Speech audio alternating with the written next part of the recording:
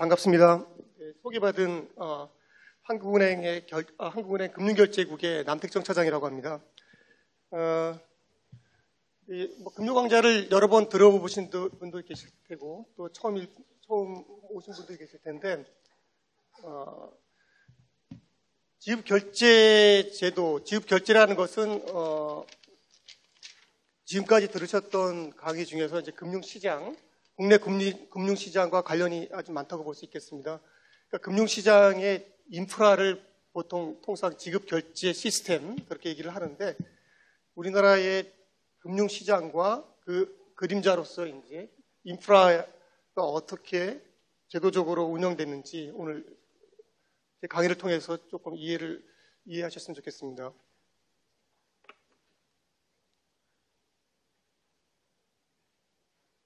오늘 강의 순서는 일단 1번부터 3번까지는 조금 실무적인 내용일 수가 있겠는데요.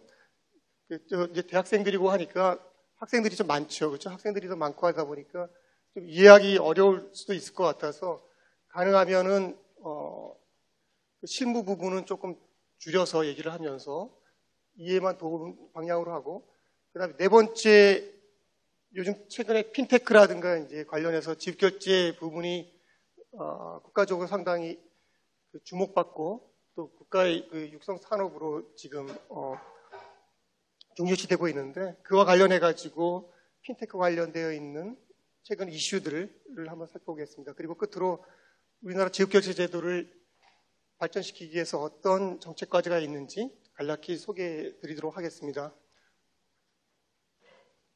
제가 준비한 파워포인트는 여러분이 갖고 계시는 강의 자료하고 약간 다를 수가 있어요. 조금 그 사이에 조금 이해를 도우려고 몇 페이지를 좀 추가를 했는데 제가 적절히 시간 봐가면서 하겠습니다. 먼저 지급결제 제도와 한국은행에 어떤 관련이 있는지 그것부터 일단 말씀을 드리고 강의를 시작하도록 하겠습니다. 한은법에서는 한국은행의 목적을 물가 안정과 금융 안정으로 두고 있습니다. 그 한 축으로서 이제 금융 안정은 여러 의미가 있겠지만 금융시장 인프라의 안정성, 그 지급결제 제도가 안정적으로 운영돼야 금융 안정이 달성되기 때문에 그런 의미에서 한국은행의 중요한 임무 중에 한 축이라고 할 수 있겠습니다. 그러니까 한국은행에서 금융안정, 지급결제의 안정을 위해서 하는 업무들은 밑에 있는 것처럼 우리나라 지급결제 정책을 수립하고요. 그 다음에 지급결제 시스템의 운영 및 리스크 관리. 한국은행은 하는 금융망이라고 일반 이제 개인이라든가 이제 이런 분들은 잘 알 수가 없을 텐데 금융기관들을 상대로 시스템을 운영을 하고 있어요. 그게 하는 금융망, 우리나라에서는 거액결제 시스템이라고 얘기를 하는데 그렇게 시스템 운영자로서 역할을 하고 있고요. 그 다음에 지급결제 시스템의 감시자로서 역할을 하고 있습니다. 그리고 지급결제 관련 조사 연구라든가 핀테크 관련 최근 같이 그런 이슈가 되는 것들에 대한 발전 촉진 이런 과제들을 제안해주고 하는 역할을 하고 있습니다. 먼저 지급결제 제도의 의의에 대해서 간략히 소개를 드리겠습니다.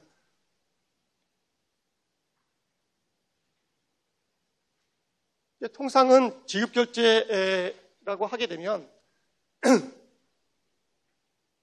간단한 그냥 이렇게 지급행위를 하거나 하면 끝나는 걸로 이해할 수도 있는데 실제로는 조금 더 복잡한 절차가 이루어지고 있어요.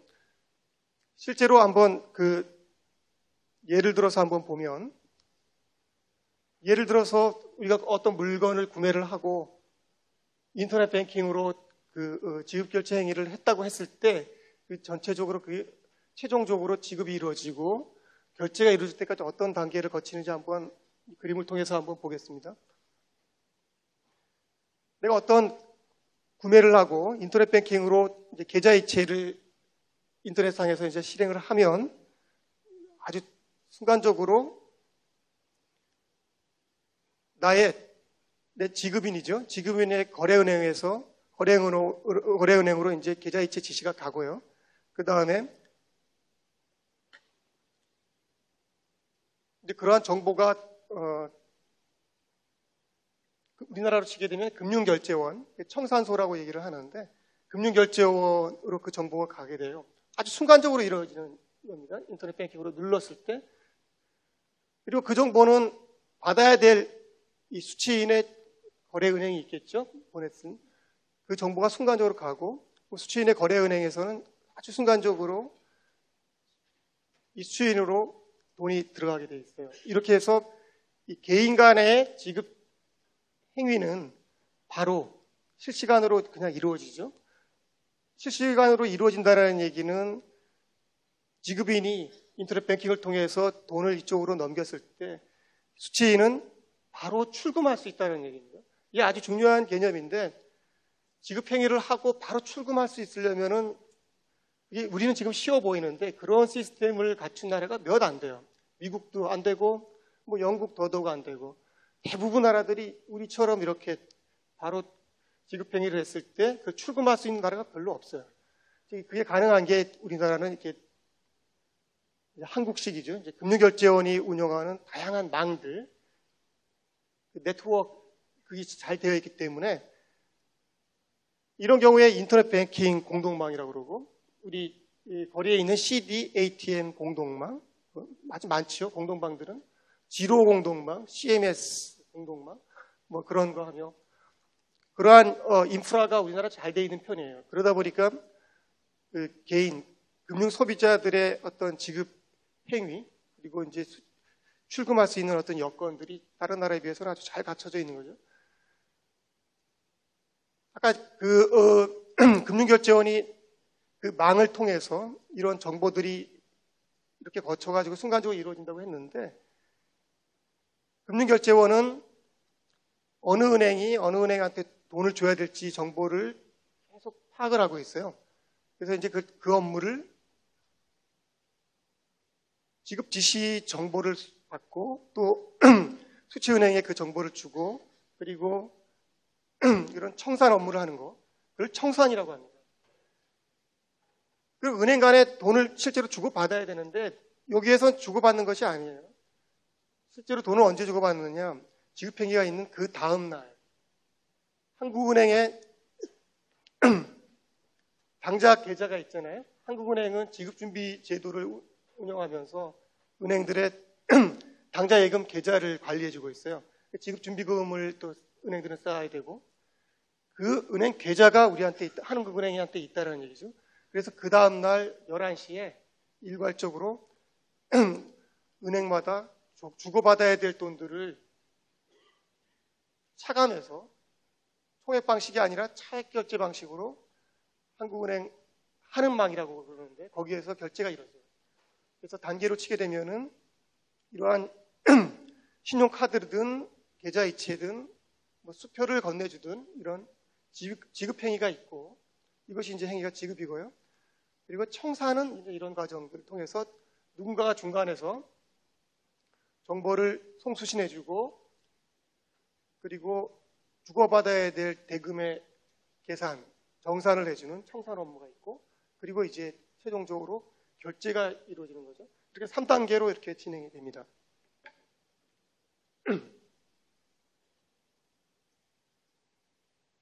오늘 들으실 강의 중에서 내용 중에서 이제 요 내용은 조금 기억을 해줬으면 좋겠고요. 최소한 지급결제 제도에 대해서 이제 들었으면은 지급이 뭐고 결제가 뭔지 그리고 중간에 청산이라는 것이 있다는 거 이 정도를 알게 되면은 수학이라고 할 수 있겠습니다. 그리고 지급결제 제도라고 하게 되면 그러한 이제 지급 수단들 외에도 이제 지급 서비스를 제공해주는 기관들 그리고 금융결제원 같은 운영기관 그리고 각종 규범이라든가 절차 이제 이런 것들로 구성이 되죠. 이거 전반적으로 다 지급결제 제도라고 얘기를 합니다. 먼저 지급 수단에 대해서 말씀을 드리면 지급 수단은 이제 여러분도 알고 있는 것도 있고 모르는 것도 있을 텐데 제일 쉬운 게 이제 현금이 있을 거고 그 다음에 이제 비현금 지급수단이 있습니다. 비현금 지급수단은 이제 어음이라든가 수표 그리고 계좌이체 그리고 이제 카드 이런 것들이 이제 지급수단이 되겠죠. 형태로 보게 되면은 종이 형식으로 되어 있는 장표가 있을 거고 어음 수표들 그 다음에 전자방식으로 이런 온라인 뱅킹이라든가 카드 그리고 계좌이체를 할 수 있는 각종 망들 그리고 전자화폐 이런 것들로 구성되겠습니다.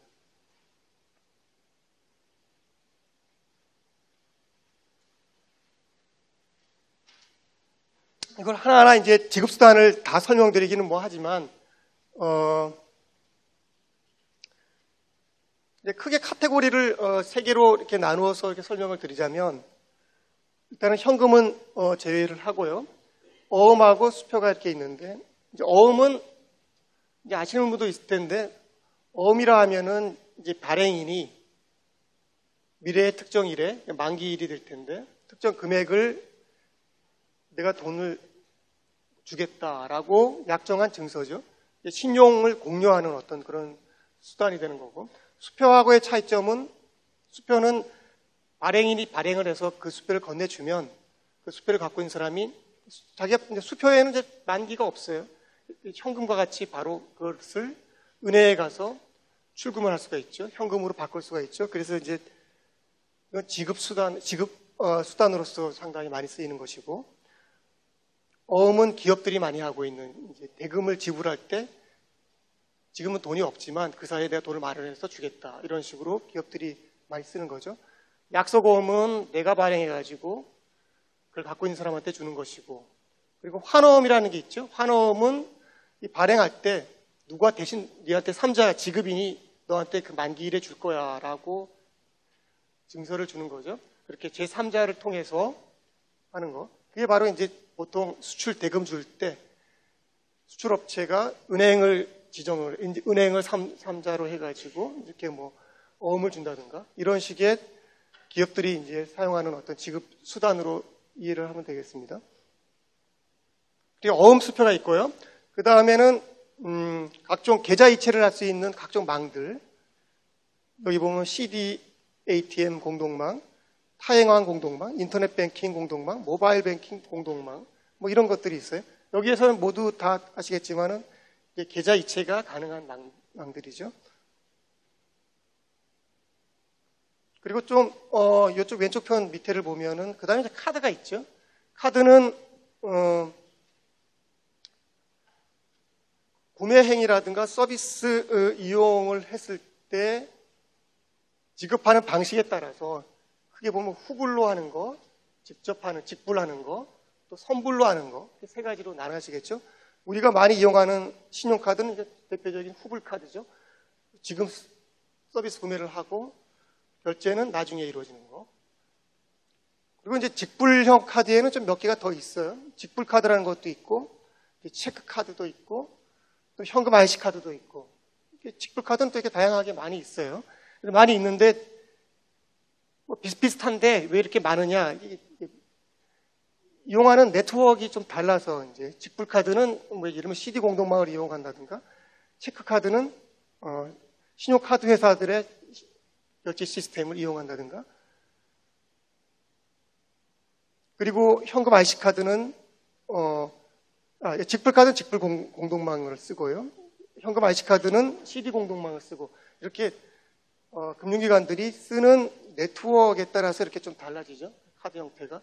그리고 이제 핀 방식으로 이제 패스워드를 넣어야 이제 입금이라든가 출금이라든가 또 이체가 가능한 것들이 있고 그렇지 않고 사인을 해도 되는 것이 있고 그래서 대표적으로 사인하고 서명하는 게 체크카드죠. 편리해서 체크카드가 많이 이용되고 있죠. 그리고 마지막으로 선불카드가 있는데 선불카드는 여러분 잘 아시겠지만은 뭐 백화점 카드라든가 통상 얘기하는 기프트 카드 그걸 선불카드라고 얘기를 하고 그 다음에 티머니 같은 이제 선불형 지급수단이라고 얘기하는 이제 티머니 먼저 돈을 전자적인 방식으로 충전을 해놓고 쓸 때마다 이제 가맹점이 있어서 혹은 그 대중교통 수단을 이용을 할 때 그 잔액에서 빠져나가죠. 이제 그런 게 대표적인 선불 지급 수단이 되겠습니다. 발전 과정을 보면 이게 일반적으로 이렇게 그 대면 방식의 장표 방식에서 온라인상의 전자 방식으로 이렇게 발전되고 있죠. 이렇게 여기에 있는 전자호음이라는 것은 여기에 약소고음이 있는데 약소고음을 전자 방식으로 조금 전환한 그런 형태입니다. 이 그림은 조금 기억을 해주시면 좋겠고요. 그래서 이제 우리가 지급수단이라고 얘기를 할 때 어음수표가 있고 계좌 이체가 있고 그리고 카드가 있다 이렇게 좀 이해를 하면 좋겠습니다.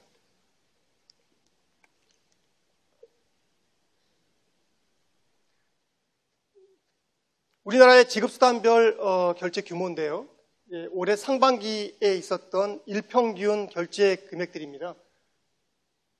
전체적으로 우리나라에서 하루당 결제가 이루어지는 규모는 일평균 338조 정도가 어음수표든 계좌이체든 카드를 통해서든 이렇게 결제가 이루어지고 있어요. 근데 여기서 보시듯이 그 한은금융망의 263조, 전체적으로 한 80%가 되는데 이것에 대한 설명은 오늘 조금 더 드리겠지만 이건 한국은행에서 이루어지는 금융기관들 간의 지급결제 행위거든요. 자금이체로 계좌이체를 통해서 이루어지는데 그걸 빼고 나면 어음수표라든가 그다음에 각종 공동망 이런 것들이 큰 규모를 보이고 있죠. 근데 우리가 자주 사용하는 카드라든가 이런 것들은 1조 7천으로 사실은 얼마 안 돼요. 사실은 우리가 개인들이 지급결제 행위를 많이 한다고 하는 지급카드가 사실은 우리나라 전체로 봤을 때는 그렇게 큰 지급결제 수단은 아니에요. 시장으로 봤을 때 하루에 1조 7천억 정도의 시장이죠. 그 다음에 어음수표를 한번 수단 종류별로 보게 되면 다 보실 거는 없고 아까 도표에서 보셨듯이 장표 방식이 계속 전자 방식으로 이렇게 대체되면서 장표 방식의 지급 수단들이 계속 줄고 있는데 그 중에서 이제 자기압수표가 제일 빠른 속도로 줄고 있어요.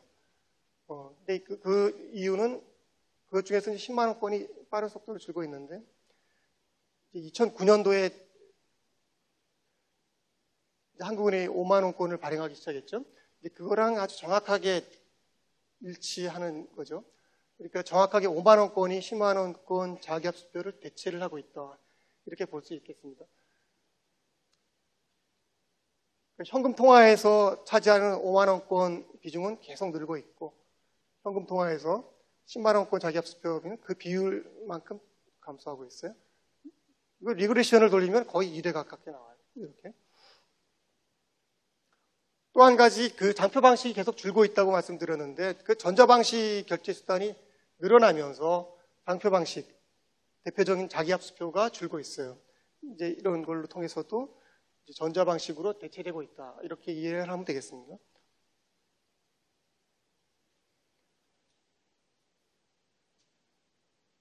그리고 우리가 각종 망들을 통해 가지고 지급행위가 이루어지고 있는 계좌이체를 보면 대표적으로 이제 거액결제 시스템은 따로 얘기를 드리고요.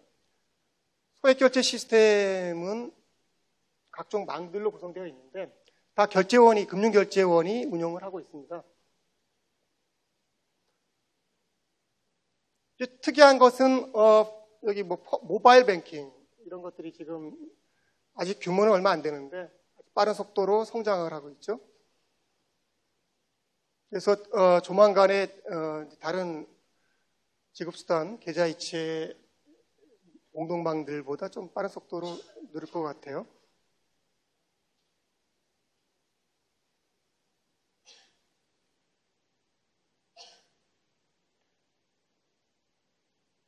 이거는 이제 계좌이체와 우리나라 GDP, 명목 GDP와의 한번 그 그림을 한번 같이 그려본 건데 경제활동이 활발해지게 되면 지급결제 행위가 많아지니까 그 중에 이제 기업들, 또 금융기관들의 계좌이체가 늘어나게 되는데 명목 GDP와 아주 높은 상관관계를 보이면서 움직이고 있습니다. 그래서 계좌이체는 우리나라 경제 성장이라든가 그런 것들을 미리 볼 수 있는 어떤 그런 지표 역할도 하고 있습니다. 말씀드렸던 인터넷 뱅킹이라든가 모바일 뱅킹은 좀 빠른 속도로 늘고 있는데 특히나 모바일 뱅킹은 가장 빠른 속도로 성장을 하고 있습니다. 다음은 지급카드에 대해서 한번 살펴보겠습니다. 지급카드는 아까도 말씀드렸던 신용카드가 있고 각종 직불형 카드인 체크카드, 직불카드, 현금 IC카드가 있고 선불형 카드 중에 대표적인 선불카드가 이렇게 있는데 여기 보시면은 이제 선불카드라든가 이런 것들은 계속 줄고 있고요. 선불카드는 대표적으로 백화점 카드라든가 기프트 카드 이런 것들이 있는데 우리나라 신용카드가 워낙 잘 되어 있어서 사실상 이런 선불카드가 별로 의미가 없죠. 그런 면에서 조금 계속 줄고 있고 체크카드 이런 것은 이제 세제 혜택 연말에 그 소득 정산할 때 세액공제율이 상대적으로 높죠. 30에서 40% 정도가 되는데 신용카드는 지금 한 15% 정도 소득 공제를 해주고 그러다 보니까 금융 소비자들이 신용카드로부터 이제 체크카드로 많이 갈아타고 있죠. 정부도 정책적으로 건전한 소비 생활을 권장하기 위해서 신용카드에 대한 규제, 예를 들면 오래된 휴면 카드들은 없애라, 뭐 이런 지도라든가 그리고 소득 공제에서도 혜택을 좀 덜 준다든가 그런 식으로 카드 사용을 좀 신용카드 사용을 조금 억제해 온 면이 있죠. 그 대신에 체크카드에 우대하는 정책을 써왔고 그래서 체크카드는 계속 발급 장수가 늘고 있어서 2013년 말을 기점으로 해서 이제 역전 현상이 일어나고 있습니다. 그리고 우리 금융 소비자들의 지급 행위, 카드 사용으로 볼 때 지금 경기가 안 좋다 보니까 그대로 드러나고 있는데요. 예를 들면 편의점이라든가 슈퍼마켓, 홈쇼핑, 인터넷 판매 이렇게 소액으로 하고 저가의 어떤 그런 지급 행위들은 성장세가 큰 반면 병원이라든가 백화점 그리고 주유소 이렇게 경기가 좀 좋을 때 소비가 늘어나는 것들은 조금 카드 사용도 정체되어 있는 그런 모습을 보이고 있습니다. 재미있는 것은 신용카드라든가 체크카드가 건당 결제액이 지금 계속 소액화되고 있다는 건데요. 이게 경기가 좋지 않다 보니까 그런 면도 있고 특히나 이제 신용카드가 줄면서 이제 이런 상황들이 같이 생기고 있는데 이러다 보니까 이제 어떤 일들이 생기느냐면 이 카드사들은 영업 행태가 가맹점한테 카드를 이용할 수 있는 권한을 주면서 수수료를 받고 그리고 이제 카드 단말기를 그으면 그 정보들이 이제 결제수단을 통해서 가잖아요. 단말기와 통신 회선, 전기 그리고 전화 회선 그런 걸 관리하는 게 이제 벤사라고 하는데 그죠? 그 벤사한테 서비스를 제공해주는 벤사한테 수수료를 주는데 통상은 가맹점한테 한 건당 결제 금액의 2% 정도를 받고 그리고 벤사한테는 건당 정액으로 한 100원 정도를 줘요. 그리고 보니까 예를 들면 10,000원이면 이제 2,000원, 그죠? 2,000원인가요? 200원인가요? 소액화가 계속 되다 보니까 벤사한테 줘야 될 수수료보다도 이제 가맹점에서 받아야 될 카드 수수료가 자꾸 적어지고 있는 거죠. 그렇게 하다 보니까 카드사들이 벤사한테 이제 니네 또 정률제로 하자 이렇게 자꾸 제안을 하고 있죠. 그래서 그 약간의 분쟁이 지금 카드사 그리고 가맹점, 뭐 벤사 이런 관계 속에서 이제 분쟁 같은 것들도 있고 그래서 이해가 상충되는 면들이 지금 생기고 있죠.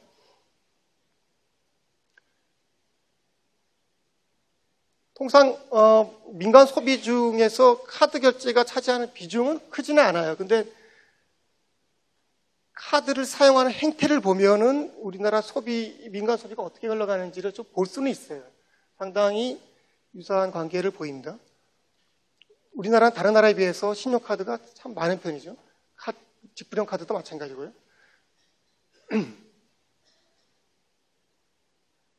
그리고 신용카드의 국내하고 해외 사용 추이를 보면 해외 사용 금액 증가율은 계속 이렇게 높은 성장세를 보이고 있어요. 대신 이제 국내 사용 증감률은 좀 약간 정체되어 있는 상황이고요. 신용카드를 가지고 이제 해외에 가서 결제를 한 결제 금액을 보여주는 건데, 이제 이렇게 2014년 이후부터 이렇게 늘어나는 거는 이제 한 두 가지 정도 요인이 될 수 있을 것 같은데요. 하나는 이제 세관에 신고해야 될 그 금액이 예전에 미달러로 400불이었나요? 거기에서 지금 600불로 늘어났죠. 신고 대상이. 그래서 2014년에 그 제도가 시행이 됐는데 그런 면이 좀 있고요. 그리고 이제 그 해외 여행들, 출국자 수들이 상당히 늘고 있어요. 이제 그 정도 요인으로 해서 해외 사용은 빠른 속도로 늘고 있습니다. 여러분들도 많이 하고 있을지도 모를 이제 직접 구매, 해외 직접 구매는 이제 온라인 상에서 이제 결제가 이루어지는 카드 결제 금액을 뜻하는데, 재밌는 거는 계속 늘고는 있었는데 올해 와가지고 많이 줄었어요. 이제 올해 와서 해외 직구가 왜 이렇게 많이 줄었느냐? 이제 하나는 올해 상반기 중에 이제 원화 환율이 약세를 보이다 보니까 상대적으로 국내 동일한 제품이라도 해외 직구를 하는 것보다 국내에서 사는 게 상대적으로 경쟁력이 생겼고요. 그리고 하도 소비자들이 해외에서 살 수 있는 같은 각종 쇼핑몰이라든가 그런 데서 사는 것들은 상대적으로 싼데 국내는 왜 이렇게 비싸게 파느냐, 그런 그 비난의 여론이 많았죠. 그러다 보니까 국내 업체들이 가격을 낮추는 그런 움직임이 있었습니다. 그런 걸 통해 가지고 해외 직접 구매에는 올 상반기 중에 아주 많은 감소세를 보였습니다. 이 정도를 통해 가지고 이제 그 우리나라 지급 수단들이 아까 설명을 드렸고, 지급 수단별로 이제 어떤 특징들을 보이는지 그런 것을 한번 알아봤습니다. 그 다음에는 이제 지급 서비스 제공기관들을 하며 이제 청산기관, 결제기관을 소개를 할 텐데, 지급 서비스 제공기관들은 이런 은행들, 그리고 금융투자회사들, 증권회사를 포함한 카드사도 되고요. 그런 서비스 제공기관들이고요. 청산기관은 아까 말씀드렸던 계좌이체 부분에서 정산 역할을 해주는, 그리고 망을 운영하는 금융결제원이 있고, 그리고 증권 거래를 하게 되면 그 증권에서 은행별로 어느 은행이 어느 은행으로 증권을 이전해야 되고, 대금은 어디에서 어디로 대금 지급을 해야 되고, 그러한 것들을 해주는 기관이 필요한데, 그게 이제 우리나라에서는 한국거래소가 그런 역할을 하고 있죠. 그런 역할을 하는 기관들이 이제 청산기관이라고 얘기를 합니다. 그리고 결제기관은 대부분 경우 이제 한국은행에서 이루어지고요. 일부 예탁결제원에서 이루어지기도 합니다.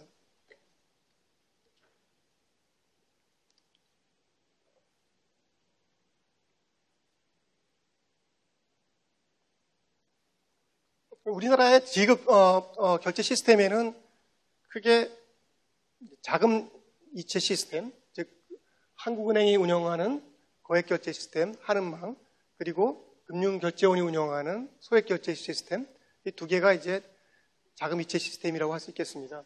그리고 이제 증권결제 시스템이 있고요. 그리고 외환결제 시스템이 있습니다.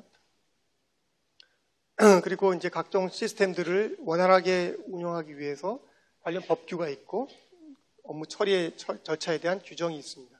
이런 것들은 전부 다 제도를 이제 이루고 있는 거죠. 이제 오늘 들으실 강의 내용 중에서 좀 몇 가지만 조금 기억을 해줬으면 하는 것 중에 이제 하나가 이제 이건데요.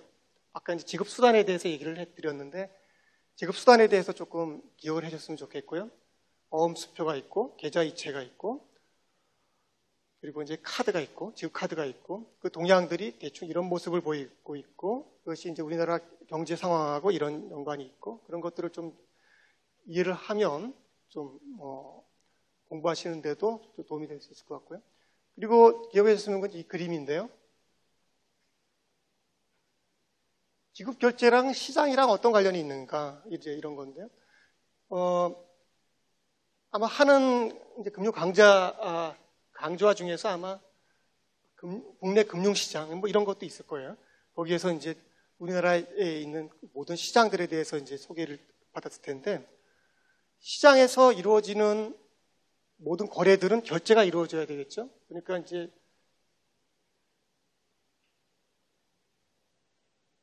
국내 FMI, 이렇게 Financial Market Infrastructure라고 그러는데, 금융시장 인프라라고 하는 건데, 금융시장의 인프라라는 얘기죠. 인프라.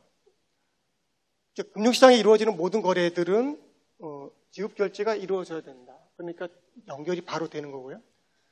또 한 가지는 우리가 인터넷 뱅킹이라든가 이런 걸로 하면서 이렇게 지급행위를 하고 하잖아요. 근데 그거는 어떤 시장이 있는 것은 아니잖아요. 그죠?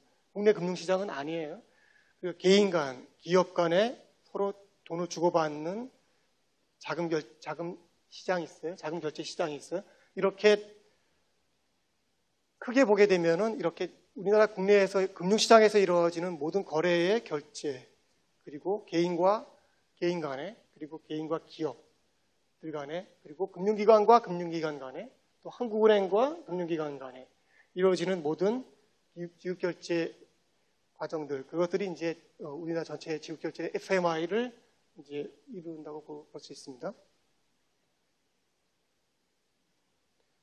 이것을 다 이해할 수는 없을 거고요. 그리고 이 제도들 하나하나가 다 복잡하기 때문에 이제 금융강좌를 통해 가지고 이걸 다 설명할 수는 없는데, 쉽게 생각을 하게 되면 거액자금이라고 하는 것은 한은망을 얘기를 하는데, 금융기관들 간의 자금이체들, 그런 것들을 해주고, 또 한국은행과 금융기관 간의 자금이체를 해준다든가 그런 것들이 이루어지는데, 한은망을 통해서 직접 결제가 이루어지고 있고요. 금융결제원은 소액 결제 시스템을 운영을 한다고 그랬는데, 그것도 마찬가지로 결제는 그 다음날 이루어진다고 그랬잖아요. 차액으로. 그러니까 금융결제원이 운영하는 모든 공동망들은, 금융 소비자들은 직접적으로 지급행위가 이루어지고 출금도 가능한데, 은행들끼리의 그 정산은, 그리고 최종 결제는 그 다음날 한국은행에 있는 각 은행들의 계좌에서 이체를 통해서 이루어지죠. 그 시간이 11시에 이루어지는 거거든요. 그렇다면 소액 결제 시스템도 다 한은망에서 결제가 이루어져요. 다음으로 이제 증권 거래를 한다. 예를 들면 증권 거래를 하게 되면 증권의 이전이, 이제 증권을 사고 판 사람들 간에 이전이 있을 것이고, 그리고 돈도 이전이 있어야 되잖아요. 결제가 두 가지가 이루어지는 거죠. 증권 결제가 이루어져야 되고, 증권 대금 결제가 이루어져야 되는데, 증권의 대금 결제는 한은망을 통해서 대부분 이루어져요. 한국은행 계좌에 왜 이게 가능하느냐면, 한국은행에는 모든 금융기관들의 계좌가 있기 때문에 가능하거든요. 그러니까 이제 증권은 우리나라의 증권을 보관 업무를 다 하고 관리를 해주는 예탁결제원이 있어요. 그 증권의 결제는 예탁결제원에서 이루어지고, 증권 대금의 결제는 한은망을 통해서 이루어집니다. 파생상품 거래라든가 이런 것들은 이제 몇 개 결제은행이 따로 있어요.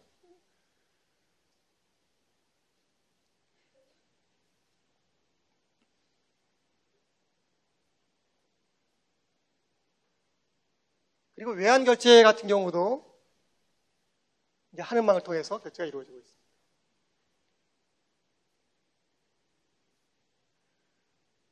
여기 조금 생소한 개념이 있을 수 있는데, 이제 장외 파생상품 시장을 한번 간략하게 보면, 2008년도 이제 리만 파산 이후 글로벌 금융위기 이후에 각 중앙은행들과 그리고 감독기구들이 모여서 그 위기의 원인에 대해서 진단을 했었는데, 그러면서 이제 G20 이제 그런 정상회의를 통해 가지고 몇 개 합의점을 찾았죠. 그 정상들이 인식한 것 중에서 하나가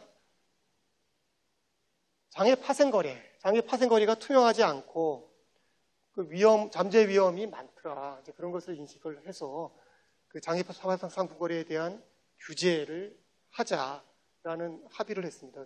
일단 크게 두 가지를 합의를 했는데, 하나는 어떤 표준적인 표준형의 어떤 장애 파생 거래에 대해서는 반드시 청산소가 청산 역할을 하게, 즉 A, B 거래 당사자가 있을 때 한쪽이 파산했을 때도 이행을 해줄 수 있는 것이 이제 청산소라고 하는 CCP라고 얘기를 하죠.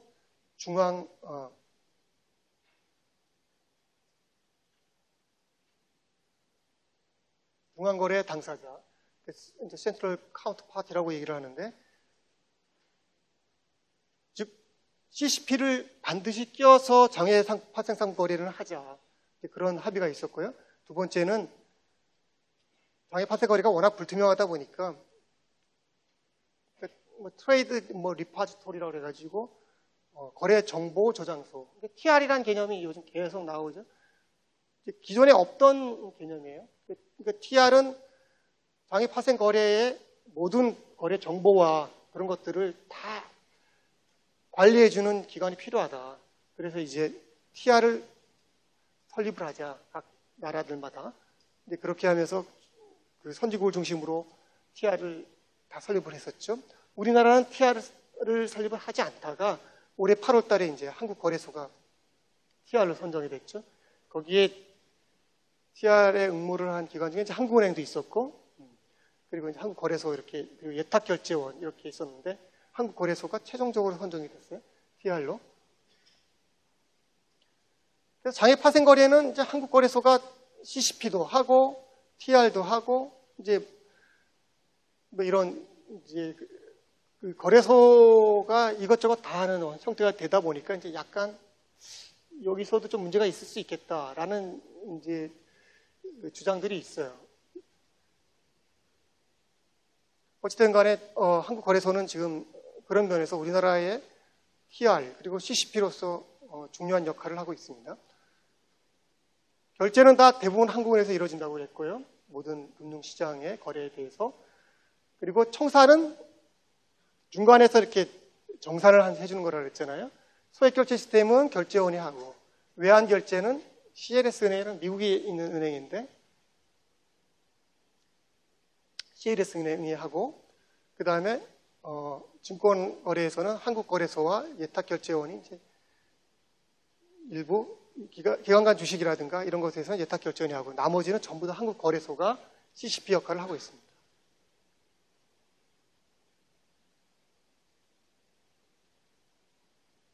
그리고 증권은 그리고 이제 결제 방식을 보게 되면, 결제는 이제 이런 식으로 이제 실시간으로 총액 방식으로 이루어지는 결제 방식이 있고, 그리고 그 금융결제를 운영하는 공동망들은 전부 다 그 다음날 결제가 이루어지고, 그 다음날 한국은행 하는 망에서 차액결제가 이루어진다고 했잖아요. 이제 그래 차액결제 방식이 있고, 이 두 개를 혼합한 혼합결제 방식이 있겠네요. 그런데 이 혼합결제 방식은 좋아 보이는데, 어떤 거래들은 총액으로 하고 어떤 거래는 차액으로 하다 보니까 알고리즘 자체가 복잡해지고, 그래서 이제 효율성 면에서 그리고 결제 유동성 절감 면에서 좋은 장점이 있는 반면에 그 시스템이 조금 부하가 걸린다고 할까? 좀 이제 그런 최적화하기가 상당히 좀 어려운, 기술적으로 쉽지 않은 그런 문제가 있습니다. 뭐 예상하는 대로 총액 결제를 하는 것보다는 다자간 차감으로 하게 되면 훨씬 더 필요한 유동성 규모가 적어지겠죠. 그리고 리스크에 대한 부분들은 다 아시는 내용들이에요. 금융 리스크랑 결제 리스크는 크게 다르지 않습니다. 그래서 여기에서는 리스크에 대해서는 이렇게 스킵하고요. 그리고 결제 리스크를 줄이기 위해서 어떤 일들을 하는지 보면, 일단은 결제 주기를 단축하기 위한 노력을 하고 있고요. 그 다음에 증권 거래 같은 경우에는 증권과 증권 대금이 두 개가 같이 이루어져야 되기 때문에, 예를 들어서 증권을 인도를 했는데 돈을 못 받으면 이제 원금을 날리는 그런 리스크에 노출되잖아요. 그러다 보니까 증권 결제 같은 경우는 증권하고 대금을 동시에 둘 다 준비됐을 때 순간적으로 결제를 하자. 그래서 이제 딜리버리 versus 이제 페이먼트라고 그래가지고 이제 DVP라고 얘기를 하는 동시 결제 방식을 쓰고요. 외환도 이제 한쪽에서는 어떤 특정 통화를 팔아야 되고 또 한쪽에서는 특정 통화를 사야 되기 때문에 이것도 동시에 하자. 그래서 이제 외환 동시 결제 외환 동시 결제가 있죠. CCP는 말씀을 드렸고요. 그리고 각 기관들은 이제 BCP라고 하는 업무 지속 계획을 하고, 그리고 한국은행 같은 경우 차익 결제 리스크 관리 제도를 운영하고 있습니다. 모두에 말씀드린 것처럼 그 앞부분하고 지금 해야 될 부분들이 딱 보시면 이게 한국은행이 운영하는 거액결제 시스템, 금융결제원이 운영하는 소액결제 시스템, 또 증권결제 시스템, 외환결제 시스템, 아주 지극히 그 실무적인 것들이 너무 많아서 좀 간략하게 보면서 좀 넘어가고 전반적인 이해만 돕고 그런 방식으로 좀 해야 될 것 같아요. 일단 우리나라의 모든 어떤 그 결제 시스템은 이렇게 돼 있다고 보면 되는데요. 한국은행이 운영하는 한은금융망은 아까도 말씀드렸지만은 모든 시장의 결제가 다 최종적으로 한국은행 계좌를 통해서 당장 계좌를 통해서 이루어진다고 그랬죠. 그러다 보니까 한국은행과 모든 결제 시스템은 이렇게 딱 연계가 되어 있어요. 결제원이 운영하는 소액결제 시스템, 한국예탁결제원, 한국거래소가 운영하는 주식 및 채권 결제 시스템, 외환결제 CLS은행이 운영하는 외환결제 시스템, 모든 이런 시스템들에서 이루어지는 최종 결제는 한국은행의 금융기관들이 갖고 있는 계좌에서 이루어진다. 이렇게 이해를 하면 그 정도로 충분할 것 같아요. 개별적으로 이 시스템들이 어떻게 결제가 이루어지는지는 그거는 뭐 여기 금융 강좌를 통해서 자세하게 설명하기는 어려울 것 같고요. 다만 이제 한은금융망에 대해서만 조금 소개를 조금 더 드리도록 하겠습니다. 한은금융망은 이제 이러한 자금 결제 업무들을 하고 있어요. 여기에는 이제 우리는 원화자금 이체도 하고 또 외화자금 이체, 그리고 정부가 발행하는 국공채의 발행 상환, 발행하거나 상환하게 되면 그 자금이 들어오고 나가야 되잖아요. 그것에 대한 결제를 하고 있죠. 또 한국은행은 금융기관에 대해서 대출을 하고 있고, 그래서 대출 자금도 여기 한은방을 통해서 나가게 됩니다. 원화자금 이체를 보면은 금융기관들 간에, 그리고 금융기관의 본점 지점 간에 뭐 이렇게 원화자금 이체가 있겠죠. 이런 금융기관들 간의 거래 금액은 아주 일상적이고 금액들이 커요. 그렇기 때문에 한은방에서 전체 차지하는 거래 금액도 아주 큰 편에 속합니다. 그 다음에 우리나라 그 자금시장, 대표적인 자금시장 중에 콜시장이 있잖아요. 콜시장이라고 하게 되면 은행들끼리 이제 단기적인 자금이 모자라가지고 서로 돈을 빌려 쓰는 시장이잖아요. 그걸 콜시장이라고 하는데, 콜시장에서 이제 그 돈을 공급하는 기관들, 그걸 콜론이라고 보통 얘기를 하고, 콜 자금을 받는 기관들은 이제 콜머니라고들 하잖아요. 우리나라는 자금을 공급해주는 콜 공급 기관이 주로 이제 자산운용사들, 뭐 이런, 그리고 은행 신탁계정, 뭐 이런 것들이 있고, 그리고는 대부분 다 돈을 필요로 해요. 콜머니 기관들이 많은데, 대표적으로 국내 은행들은 한국은행에 지급준비금을 쌓아야 되기 때문에 지준을 쌓는다고 그러는데, 그거를 맞추는 게 쉽지가 않거든요. 왜냐하면 예금 계좌가 지준이랑 같이 돼 있어요. 그러니까 지급 결제도 이루어지고 예금 계좌에서 한국은행의 단계 계좌에서, 그러니까 근데 지준은 지준율만큼 쌓아 있어야 되잖아요. 그러니까 이제 결제도 이루어지고 이 계좌 하나로 지준 계좌가 따로 있는 게 아니거든요. 그러니까 이제 수시로 모자라는 기관들도 있고 남는 기관들도 있고, 거기에서 수시로 이제 자금의 대차가 이루어지죠.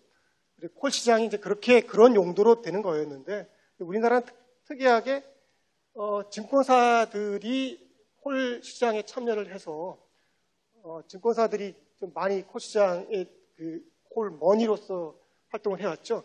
그래서 이제 그게 좀 문제가 있다. 너무 단기 자금의 주된 시장이 너무 콜 시장에 집중돼 있다. 그래가지고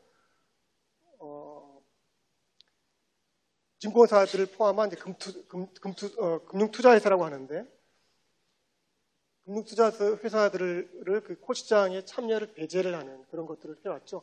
그래서 지금 일부 몇 개의 증권사들 빼고는 콜시장에 참여를 잘 못하죠. 그러다 보니까 증권사들이 이제 자금을 조달하는데 상당히 애로를 겪고 있죠. 그래서 그런 이제 자금 시장으로서 이제 들어보셨겠지만 RP 시장이라고, 리퍼체이스 이제 이제 환매로 채권을 대사주면서 거기에서 이제 자금을 대여해주는 그런 시장인데, 그 RP 시장을 통해서 증권사들이 그거를 자금 조달을 하도록 이렇게 자금 유도를 하고 있는데, 자금을 조달을 하기 위해서는 채권을 갖고 있어야 되잖아요. 그죠? 채권을 짧게 하루 중에 예를 들어 팔고 다시 사는 형식으로 돈을 조달하는 건데, 기본적으로 증권사들이 채권도 잘 없어요. 그래서 이게 이제 자금 사정도 좋지 않고, 그러다 보니까 증권사들이 상당히 자금 사정에 압박을 받고 있다. 뭐 이런 얘기들도 계속 나오고, 그게 바로 지금 콜 시장과 관련되어 있는 시장에서는 그런 얘기들이 나오고 있는 거죠. 그리고 이제 이러한 시스템들 통해 가지고 하는망에서 자금 결제 업무가 이루어지고 있습니다. 하는망은 94년도에 처음 가동이 됐고요. 그 이후로는 뭐 증권 대금 동시 결제 시스템이 들어오면서 증권 대금 결제를 하기 시작했고, 또 외환 동시 결제도 2004년부터 하고 있고, 그리고 2009년부터는 원래 1994년도에 첫 하는망이 구축됐을 때는 건마다 전부 다 실시간으로 총액 결제를 했었거든요.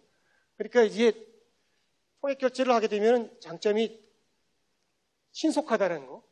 돈을 바로 실시간으로 그 전체 건마다 총액이 다 자금 이체가 이루어진다는 얘기인데, 그러다 보니까 금융기관들은 어떤 어려움이 있냐면 매번 결제할 때마다 그 큰 돈들이 다 있어야 되는 거죠. 결제 유동성이라고 얘기를 하는데, 결제 유동성 부담이 너무 커지는 거예요. 경제 규모도 커지고 하다 보니까 그 부담이 점점 커지고, 그래서 결제 유동성을 좀 절감할 필요가 있겠다. 그래서 차액 방식이랑 섞어서 어떤 거래에 대해서는 실시간으로 총액 방식으로 하고, 어떤 거래들은 차액 방식으로 하고, 이제 이런 식의 시스템 개선이 이루어졌어요.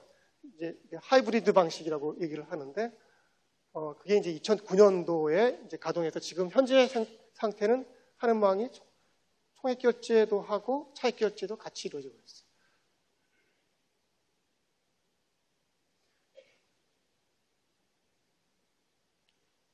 그래서 이제 아까 말씀드린 것처럼 지금 BOK 와이어라고 하는망을 얘기를 하는데, 이 플러스가 이제 2009년도에 새로 만들어진 신하는 금융망을 얘기를 하는데, 이 대상 거래에 따라서 어떤 거는 총액으로 하고 어떤 거는 혼합 시스템으로 하고 이렇게 지금 발전되어 있는데, 근데 좋아 보이는데 또 나쁜 것도 있어요. 아까 말씀드렸지만 이런 하이브리드 방식으로 하기 위해서는 그 알고리즘 자체가 아주 복잡하기 때문에 이게 시스템이 부하가 자주 걸리고, 그리고 삐거덕거릴 경우도 절제가 잘 안 되는 경우도 있어요. 편리하고 은행들은 결제 유동성이 절감돼서 좋은데, 운영자 입장에서, 한국은행 입장에서는 관리하기가 상당히 좀 어려워졌다. 이제 그런 면이 있습니다. 각각의 결제 절차에 대해서는 오늘 넘어가기로 하고요. 금융결제원은 이제 소액결제 시스템을 운영을 한다고 그랬는데, 총 이렇게 12개의 소액결제 시스템이 있습니다. 그건 아까 그 지급수단을 얘기를 할 때 거의 다 설명을 해드렸고요. 결제는 지급행위가 이루어지고 난 그 다음날 11시에 한국은행 하는망에서 당좌예금 계좌에서 차액결제 방식으로 이루어진다고 얘기를 드렸고요. 시간 관계상 증권결제 시스템은 좀 더 복잡하지만, 아까 우리 파이낸셜 마켓 인프라 도표를 보시면서 대략 설명을 해드렸고요. 외환결제 시스템은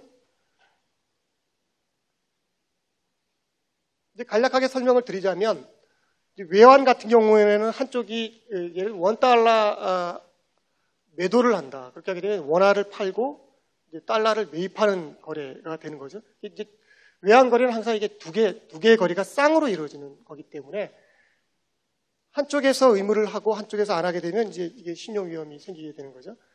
이제 대표적으로 이제 그런 신용 위험이 생기는 게 증권 거래라고 얘기했고, 증권을 하는데 대금을 못 받는다든가, 그리고 외환에서 한쪽을 팔고 한쪽을 사는 거래를 했을 때 한쪽이 의무를 안 하게 되면 이제 위험이 생기는 거죠. 대표적으로 이걸 교환 가치형 거래라고 하는데, 증권 거래, 외환 거래 이런 것들은 특히나 이제 동시에 이루어지지 않으면 항상 이 결제 시차에 따른 리스크가 있죠. 그리고 신용 위험이 있습니다. 그런 의미에서 어떤 한 은행이 중간에 끼어서 동시에 특정 통화를 파는 기관과 특정 통화를 사는, 하나의 FX 거래가 이루어지게 되면은 둘 다 지급 의무가 생기게 되죠. $1 매도 거래했다 하게 되면 한쪽은 원화를 넣어줘야 되고 한쪽은 미달러화를 나한테 넣어줘야 되죠. 그것을 동시에 결제를 이루어지게 하는 것, 그것이 필요한데 그걸 외환 동시 결제 방식이라고 하는데 CLS 은행을 통해서 한다고 말씀드렸습니다. 그게 가능하려면 시간대가 나라들마다 다 틀리잖아요. 근데 이렇게 외환 동시 결제 시스템은 모든 중앙은행의 거액 결제 시스템에서 동시에 이루어지거든요. 아까도 말씀드렸지만은 중앙은행이 은행의 은행이다라고 하는 그 이유가 모든 은행들은, 금융기관들은 그 중앙은행에 계좌를 갖고 있어야 된다는 거예요.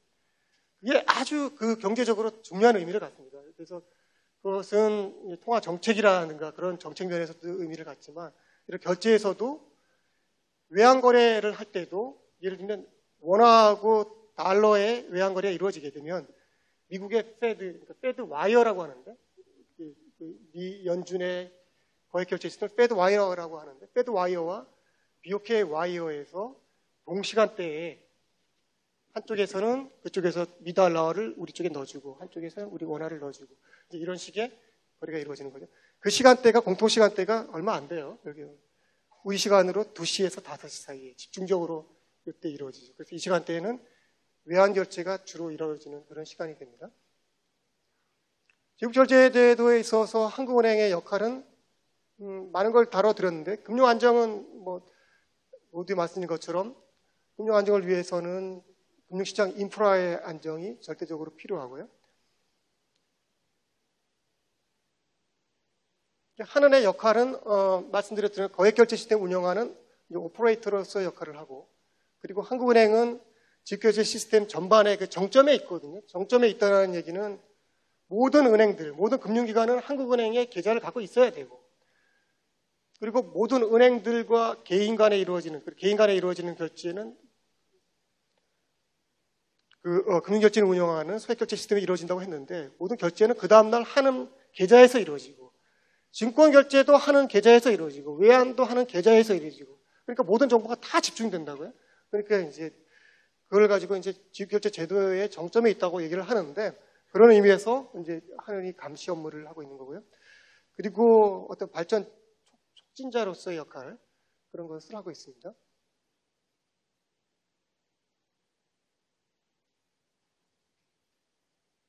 네, 감시의 필요성도 말씀을 드렸고요. 끝으로 이제 말씀을 드리려고 하는 부분은 지급결제 우리나라 제도적인 측면에서는 잠깐 이제 랩업을 하자면 지급결제 지급과 결제가 뭔지 조금 기억을 해줬으면 좋겠고요. 그 사이에 청산이라는 중요한 역할이 있다고 말씀을 드렸고요. 그래서 정확하게는 지급, 청산, 결제가 이루어지는데 그 전 과정을 통칭해서 그냥 지급결제라고 얘기를 한다. 그걸 기억해 주시면 좋겠고, 그리고 지급 수단 측면에서 어음수표라든가 계좌이체라든가 신용 카드 그런 것들이 지금 어떻게 동향이 이루어지고 있는지 기억을 해줬으면 좋겠고요. 그리고는 각 시스템들을 말씀을 드렸지만 자세한 말씀을 다 못 드렸지만 이제 모든 결제는 한은망의 당장 계좌를 통해서 이루어진다고 말씀드린 정도를 기억해 주시면은 지급결제 제도에 관련되어 있는 것은 제가 목표로 했던 성과를 거둘 수 있을 것 같고요. 나머지 부분에서 다루고 싶은 거는 최근 지급결제 시장 자체가 지금 주목을 받고 있고 여러 가지 이슈들이 있는데 그것들에 대해서 한번 말씀을 드리도록 하겠습니다. 첫 번째로 되는 게 핀테크 확산인데 이제 하도 많이 들으셔갖고 이제 핀테크 개념들은 다 아실 거고 금융과 기술의 합성어잖아요. 예. 여기를 보시게 되면은 핀테크가 발전하게 된 계기는 이제 인터넷이 보편화됐고 그 다음에 스마트폰이 확산된 거예요. 이게 스마트폰 확산이 절대적이라고 볼 수 있습니다.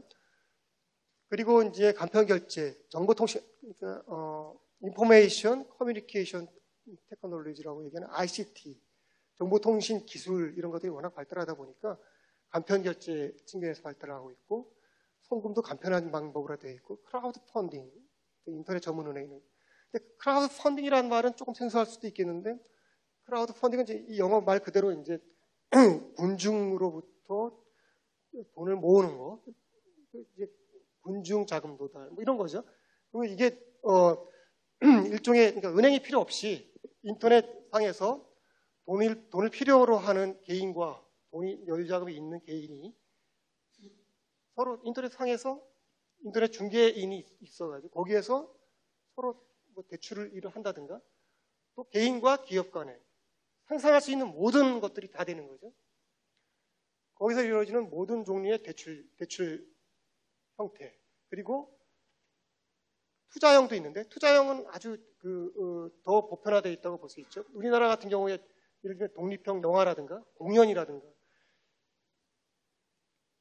예술 관련되어 있는 그런 활동들 그런 거 할 때 이제 추진세 자체가 돈이 없을 때 이제 이런 좋은 취지의 일을 하려고 할 때 이제 이렇게 이제 뭐 크라우드 펀딩을 모집한다 이렇게 하잖아요. 이건 이제 투자형 크라우드 펀딩이라고 얘기를 하는데 그래서 이 크라우드 펀딩은 핀테크에서 아주 중요한 개념입니다. 사실은 많이 알려지지 않았지만 이것의 중요한 의미는 은행이 필요 없다라는 얘기예요. 은행이 대부분의 핀테크에 하나하나 보게 되면 간편 송금이라든가 뱅크 월렛 뭐 이런 거 있잖아요, 그죠?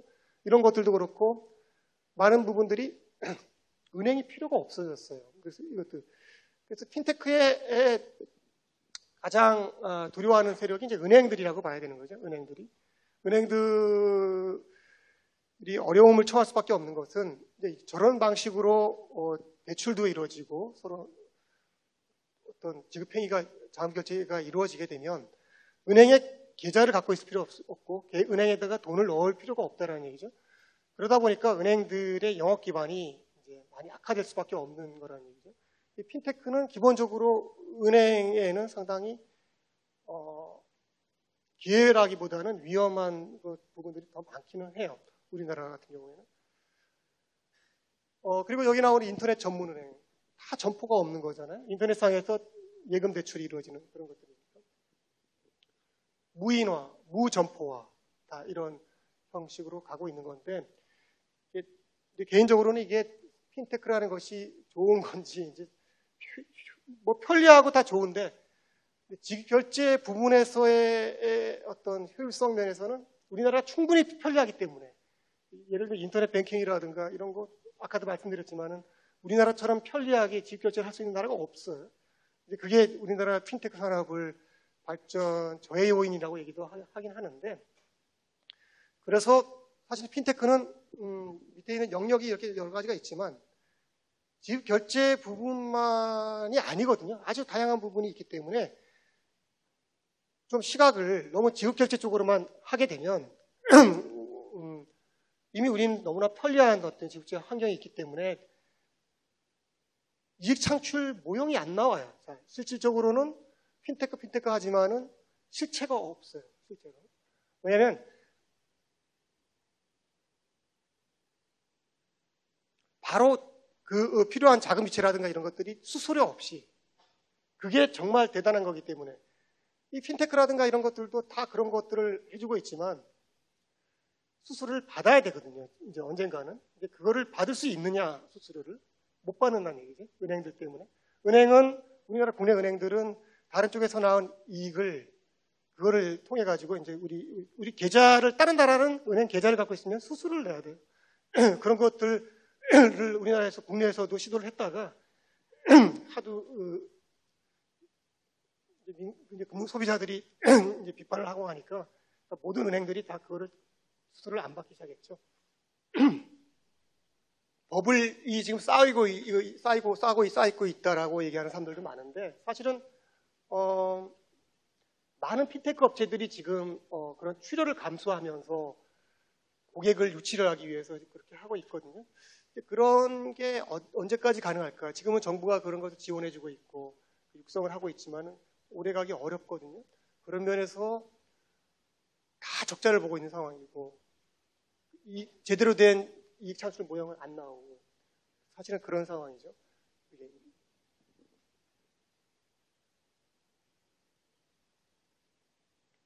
이제 핀테크가 성공하기 위해서는 조금 규제라든가 이런 것들이 조금 자유로워야 되는데, 우리는 아직까지 이제 그런 면에서 조금 좀 어려운 면이 좀 있어요. 이제 금융과 산업의 금산 분리라든가 그런 문제들, 그리고 인식의 문제, 비대면 인식이라든가 그런 이슈들. 그거 말고도 지금 우리나라는 조금 더 아주 까다로운 규제 조건들이 있고, 규제들이 또 이게 투명하지 않아서 유권 해석의 여지가 너무 많은 것들이 많고, 그래서 그걸 해석을 잘못하게 되면은 큰 피해를 볼 수도 있고, 그런 여러 가지 복잡한 규제 체계가 있어서 그걸 정비를 해야 되는데, 그걸 지금 정부 주도로 지금 진행을 하고 있죠. 핀테크의 분야는 이렇게 지급결제도 있지만, 지급결제 송금, 예금 대출, 크라우드 펀딩, 개인 자산 관리, 그리고 가상화폐, 이제 이런 다양한 영역에서 이게 되어 있는 거죠. 이 가상화폐는 이제 한국은행 입장에서는 아주 좀 까탈스러운 일인데, 기존에 있는 전자화폐라는 것은 이제 한국은행이 발행하는 중앙은행권과 교환을 하게 되어 있어요. 가치를 인정을 해줘요. 문제는 이 가상화폐는 독특한 그들만의 체계로 만들어지는 화폐이거든요. 그래서 이것은 한국은행에서 교환해 주지 않아요. 이건 별도로 창출되는 통화거든요. 그래서 이제 이 가상화폐가 지금도 이제 여러 가지 사기 사건도 생기고 하는데, 비트코인 같은 경우는 아주 잘 만들어진 가상화폐라고 볼 수 있는데, 유사한 그런 가상화폐들이 나오면서 불투명할 경우에 그것을 가지고 투자를 하거나 그걸 가지고 지급결제 행위를 하는 사람들이 가끔씩은 이제 피해를 보게 되는 경우가 생기거든요. 그런데 이 가상화폐의 그 막강한 힘은 사실은 핀테크랑 연결됐을 때, 왜냐하면 크라우드 펀딩 얘기했지만은 인터넷상에서 은행을 끼지 않고 그 사람들끼리 그냥 주고받을 때 이걸 가지고 하면 어떻게 되겠냐는 얘기죠. 그러니까 이 가상화폐는 쓸 수 있는 영역이 다예요. 이 화폐를 쓰는 세력이 늘어나면 늘어날수록 이게 편리하니까 발행하기도 편리하고 이제 복잡한 구조가 있긴 하지만 그리고 어떤 규제도 덜 받는 거죠. 하는 입장에서는 이제 이 가상화폐 이런 부분들이 지금 이제 커갈 텐데, 어쩔 수 없이 성장할 텐데, 이거에 따른 어떤 통화 정책이라든가 금융 안정 문제, 이제 그것에 대해서 이제 연구를 많이 하고 있습니다. 그리고는 간편 결제라든가 이런 것들이 확산되고 있고요. 간편 결제가 확산된 이유는 뭐 온라인 쇼핑 거래가 늘어난다든가 스마트폰 가입자 수 늘어나는 모바일 환경이 급속히 성장하고 있다는 거, 그런 것들이 영향을 주고 있고요.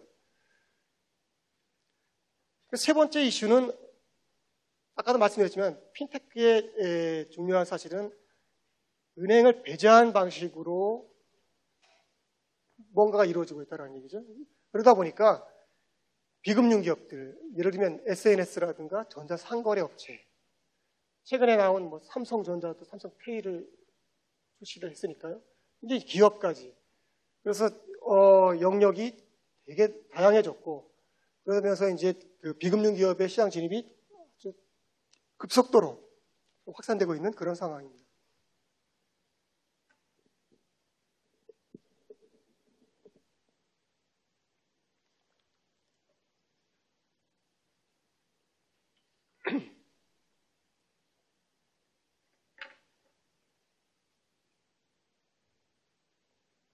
오늘의 강의는 대충 이제 이 정도 얘기를 하면서 조금 이제 마무리가 될 것 같은데요. 핀테크와 관련되어 있는 이제 신종 지급 서비스들을 이제 도표로 만든 건데, 기존의 지급 수단은 모두 말씀드린 것처럼 뭐 엄수표라든가 계좌이체라든가 카드, 그리고 아주 단순한 형태의 선불 전자지급 수단, 이 정도가 있었는데, 최근 이제 신종 서비스로 이러한 형태들이 이제 생기고 있는 거죠.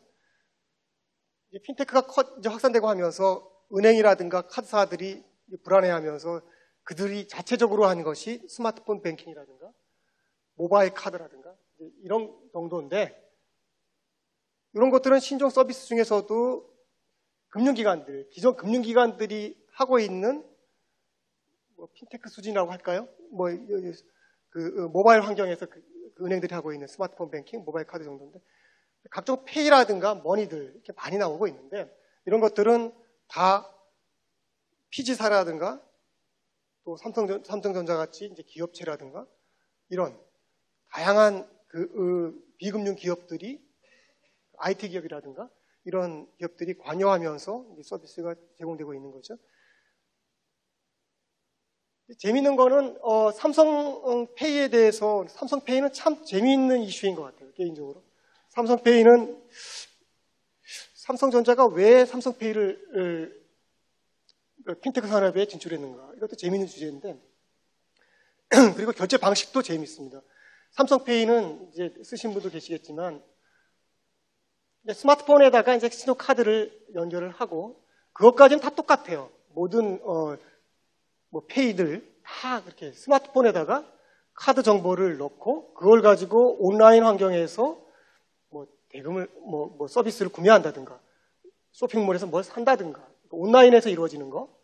또 한 가지는 오프라인에서 이제 가맹점을 통해서 그거를 가지고 결제를 하는 거. 두 가지가 크게 이루어지고 있는 건데, 삼성페이는 강력한 게, 모든 그 카드 같으면 카드를 긁잖아요, 그죠? 예, 그 마그네틱 이제 방식이라고 하는데, 이제 2년 후면 사라질 기술이에요. 2년 후에는 긁는 카드는 사라져요. 삼성전자도 알고 있고, 알고 있는데 삼성전자가 그 기술을 스마트폰 그 뒤에다가 연결을 했잖아요. 그래서 사라질 기술을 알고도 그걸 한 거예요. 그래서 오프라인에서 모든 카드 단말기가 있는 데서 다 결제가 돼요. 엄청난 거죠, 엄청난. 그걸 할 수 있는 페이들은 없어요, 지금 현재로서는. 왜냐하면 다른 각종 뭐 카카오페이라든가 이런 카카오페이도 똑같은 형태인데, 오프라인에서 가맹점이 쓸 수 있는 가맹점이 제한적이잖아요. 뭐 바코드가 있어야 되고, QR코드니 뭐 NFC라고 해서 뭐 근거리 통신망이 있어야 되고, 까다롭다는 얘기죠. 가맹점이 많지 않다. 근데 삼성페이 같은 경우는 전부 다다. 이제 순식간에 이제 이 시장을 장악할 가능성이 상당히 많은 거죠. 이제 그러다 보니까 이제 여러 가지 우려들이 나오는데, 2년 후에 사라질 기술인지도 알면서도 이렇게 한 이유는, 뭐 삼성 카드를 연결해서 쓰게 되면 좀 더 우대를 해준다, 이런 것도 있을 수 있겠고, 또 삼성의 가맹점들이 얼마나 많겠어요? 계열사들 먹여 살리려고 그럴까?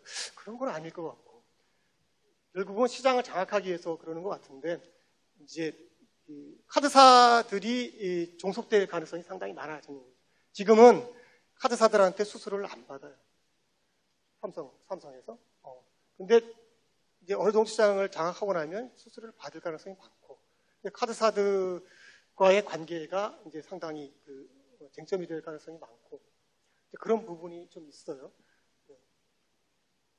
그리고 삼성은 2년 후에 마그네틱 방식의 기술이 사라진다고 하더라도 어떤 형식으로든 뭐 그런 기술은 마련할 거고, 그런 면에서 보게 되면은 이렇게 이제 카드업 이런 데서도 상당히 삼성의 영향이 커질 가능성이 좀 많아지고 있는 거죠. 그런 면에서 조금 좀 불편한 면도 있는 거죠. 예전부터 이제 예를 들면 스마트폰이라든가 이런 것들이 편리하곤 하지만 스마트폰이 죽인 기업들이 너무나 많잖아요. 예를 들면 조그만 소규모 TV 업체라든가 사진기, 뭐 만보기부터 하며, 뭐 온도계부터 하며, 아주 작은 것부터 하며, 왜냐하면 스마트폰 한 개로 거의 뭐 다 돼버리니까. 스마트폰, 뭐 삼성이라든가 이런 그런 데가 독점화되는 거죠. 이렇게. 그게 꼭 바람직한 건 아니다라고 보는 면이 있거든요. 편리함의 대가가 너무 큰 게 아까 얘기했지만 무인화되고 무점포화되고 그리고 다 통합화되고 그러니까 기술을 갖고 있는 그런 것들이 이제 독식하는 어떤 그런 체제가 될 수도 있다. 삼성도 이제 그런 면에서 보게 되면 이제 기술을 우위를 정하고 있는 그런 데가 이런 데까지 하게 되면 그런 위험성이 좀 있다. 그런 면이 좀 있는 것 같아요. 그 인터넷 전문은행은 이제 잘 아시겠지만은 90년대 중반에 이미 있었는데 미국에서 생겼었는데 우리나라는 한 20년 전부터 이렇게 시도를 했었는데 잘 안 됐어요. 그래서 지금은 이제 이러한 이제 몇 개 금융회사, 통신회사, 플랫폼 사업업체, 유통업체 이런 게 컨소시엄을 구성해갖고 한 3개 업체가 지금 이제 신청을 했죠. 그래서 연말에 아마 한두 개 인터넷 전문은행이 생길 것 같아요. 그렇게 시작이 되게 되면 이것도 결국은 무인화, 무점포화, 은행이 어떻게 될지 이제 이렇게 근데 이렇게 이런 식의 이제 핀테크 이런 얘기를 하다 보면 은행이 앞으로 필요할까 이런 고민, 이런 걱정도 되는데 사실은 근데 우리 개인들은 금융 소비자라고 하는데 금융 소비자들은 계좌에 기반한 어떤 그런 위험 회피형이 훨씬 더 많거든요. 그래서 이렇게 우려하는 것처럼 그렇게 그렇게 갈지는 않을 거다. 어떤 식으로 상생 관계를 찾을 가능성이 많다. 그렇게 보여지는 거죠. 그렇지만 그 속에서 이제 은행에서 도태돼야 될 그런 은행도 생길 것이고 이제 그런 모양들이 어떻게 진행될지는 좀 가늠하기는 좀 어렵습니다. 지금은.